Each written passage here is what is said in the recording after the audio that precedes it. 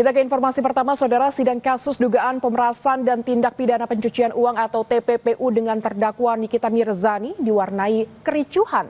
Nikita sempat menolak mengenakan rompi tahanan dan borgol usai sidang.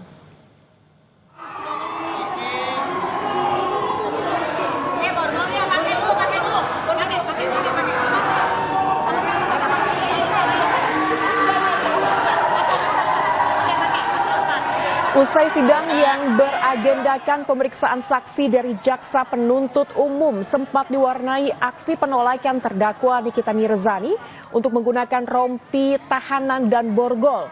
Sebelumnya kericuhan juga sempat terjadi di dalam dan luar ruang sidang. Ricuh terjadi saat jaksa penuntut umum memotong keterangan salah seorang saksi. Sidang sempat diskors atas permintaan hakim ketua.